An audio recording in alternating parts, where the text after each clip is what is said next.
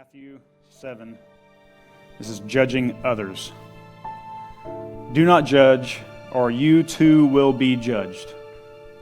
For in the same way that you judge others, you will be judged, and with the measure you use, it will be measured to you.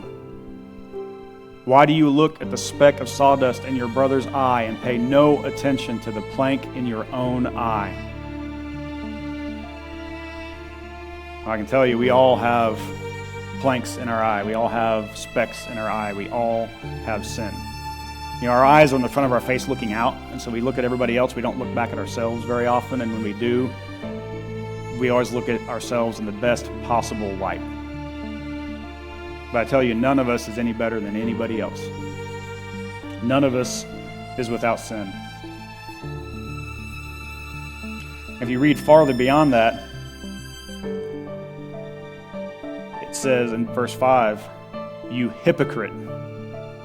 First take the log out of your own eye, and then you will see clearly to take the speck out of your neighbor's eye.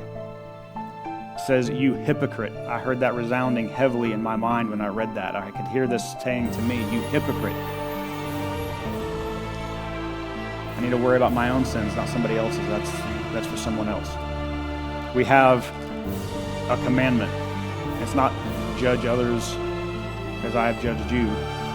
It's love your neighbor as yourself.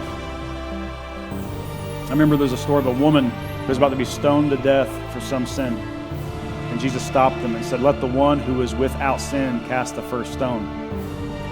None of us may cast the first stone at anyone for anything. So when I find myself looking at somebody and thinking about their life choices, their identity, their whatever, and I start wondering if it's a sin or not, I'm asking the wrong question. What we as Christians should worry about is how is God calling us to love them? And our neighbor, that's the first thing the Pharisee asked. He's looking for a loophole right away out when Jesus told him the greatest commandment is to love your neighbor. And he said, well, who is my neighbor? Right? We're looking for an out. Let me tell you, everybody who's created in the image of God is your neighbor, whether they believe in God like we do or not.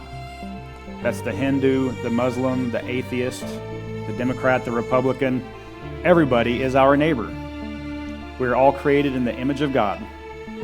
And if Jesus has set that example for us and he can love us, then who am I to not love who Jesus loves? That's not my place. That's trying to put my own opinion above the judgment of God. And I don't want to do that.